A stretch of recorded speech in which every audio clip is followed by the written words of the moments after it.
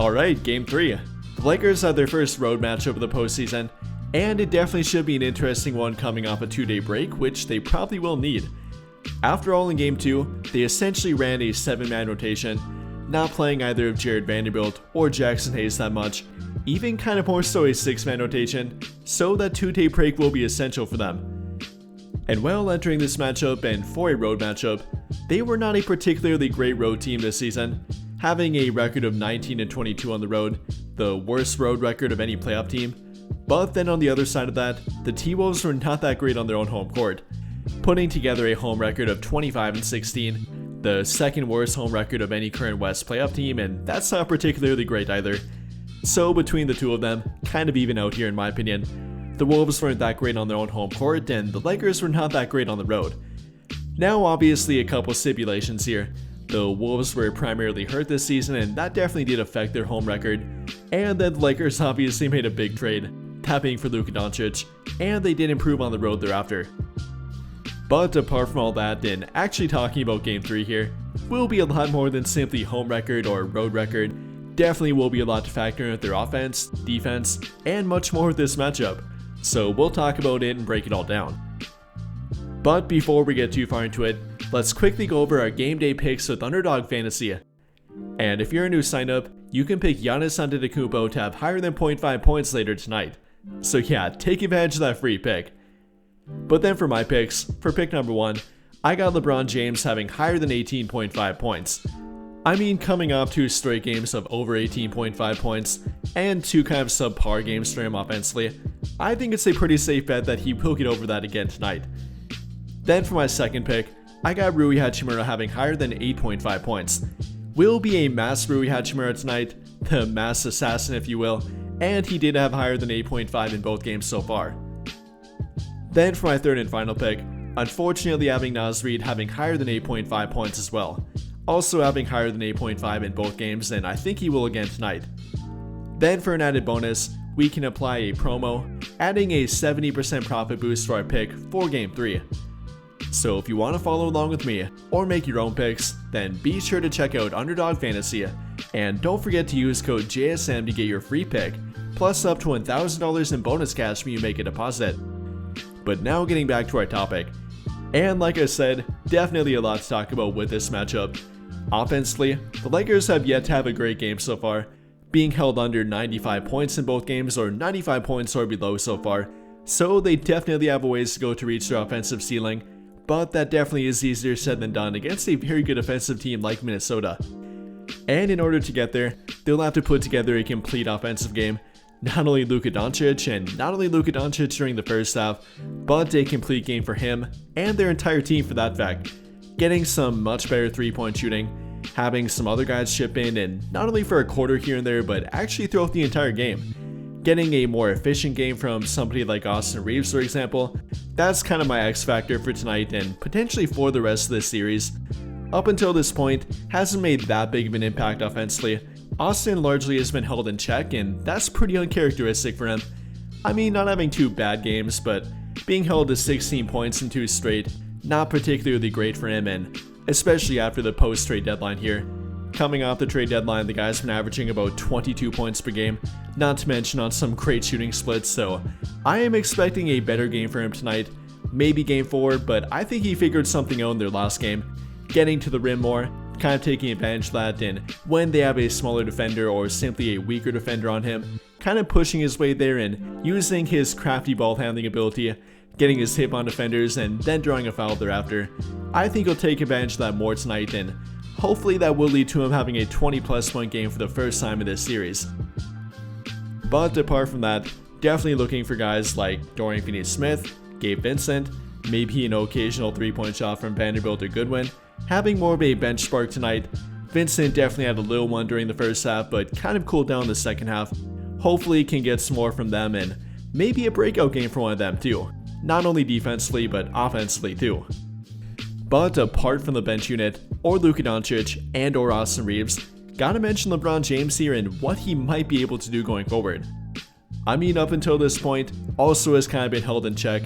I mean, at least for his standard, 21 points on 8 of 19 from the field in Game 2, 19 points on 8 of 18 from the field in Game 1, and so far, only being 2 of 10 from beyond the arc in total. So yeah, not quite what we have come to expect from him. Even for a 40-year-old LeBron, definitely can do more than that and has some more of that offensively too. Now, gotta factor in the defense that he played in Game 2. That's definitely a pretty big load for him. Playing some center for them, doing some great off-ball stuff, and definitely have to point that out. But there is without a doubt more of an offensive ceiling for him to reach as well. Whether it be him or Austin, I'm definitely expecting one of them to kind of break out a bit more. Maybe from the 3-point line, maybe getting to the rim a bit more, and taking advantage of Minnesota's drop coverage. And I am hoping for at least one of them to have more of a breakout game in Game 3. Maybe even both of them, who knows, I would not be shocked by that either. But apart from their offense and moving to their defense here, definitely coming off a great defensive game, holding the T-Wolves in check in under 90 points in Game 2, not to mention on some ugly field goal shooting, 38% for the field, and even worse 3-point shooting, 21% for the field. And that's after Game 1 where they let them shoot 50% from beyond the arc, knocking down 21 made 3-point shots, and they cannot forget about that. Can't revert back to their defense in Game 1, some lackadaisical defense, poor communication, and simply not getting it done. Gotta maintain what they did, but that will definitely be easier said than done. After having a few days off, not only will the Lakers be rested, but the T-Wolves might have them figured out a bit more too. If you have no idea what they did and how they kind of contained their offense, and specifically a guy like Anthony Edwards, they did a lot of both a zone defense and a man defense, even kind of at the same time as well. Doing a lot of what's called a box and one defense, meaning with 4 players forming a box shaped kind of zone, apart from the guy defending the on ball, that being the one guy in a man coverage, often being Rui Hachimura or Austin Reeves defending Anthony Edwards, but all 4 guys behind him playing more of a zone defense that literally does resemble kind of a box. No matter where the ball handler goes and the on-ball defender following him, the defense behind him and the box-shaped defense kind of follows him, maintaining that form and structure to not allow the player to attack the rim and get past or isolate the on-ball defender, offering help behind him that does not involve a double team or any kind of specific trap, simply more of a light zone defense that doesn't really exactly resemble a traditional zone defense, but it did work against Ant in Game 2, even with him saying that he didn't really understand what they were doing and they will have to try to figure it out after Game 2. And well, hopefully they didn't, but here's what he had to say about it. Like early in the game, yeah. What did you see? It seemed like the ball movement, body movement was a little less today. What kind of do you think contributed to that? I don't know. It seemed like every time I caught the ball, they kind of went like in a zone in a sense. Mm-hmm. So it's kind of confusing at times, but we'll watch film and be ready. You know, I'm definitely not going to say they have stopped Ant. That's not been the case here, but they have done a pretty good job at slowing him down up until this point, holding him to 22 points on 8 of 22 from the field in Game 1, followed by 25 points on 10 of 22 in Game 2. Again, definitely not stopping, but slowing him down and largely containing him, not allowing him to be very efficient at the rim, in his shots at less than 5 feet away from the rim, Ant's only at 50%, and that's not particularly great. Or then from the mid-range, from 10 to 14 feet away from the rim, only 1 of 3 so far, is 2 of 2 from 5 to 9 feet, but up until this point, not been overly efficient and has yet to have a breakout game. So hopefully they can maintain that for Game 3 and hopefully he does not figure out what they did in Game 2.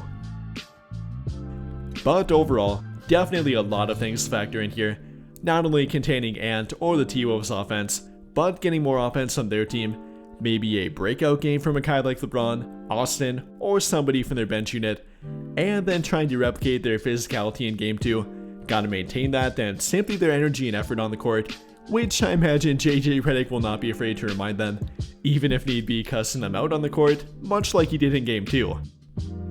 And with all of that being said, what do you guys think? How do you feel about the Lakers' ability to win Game 3, their ability to win a road matchup, and maintain or replicate what they did in Game 2? Let me know your thoughts in the comments down below. But I think that'll pretty much do it for this one, and if you enjoyed the video, then I'll greatly appreciate it if you dropped a like, subscribe to the channel if you have not already, and hit that notification bell to never miss out when I upload a video. But as always, thank you for watching and have a great day or night.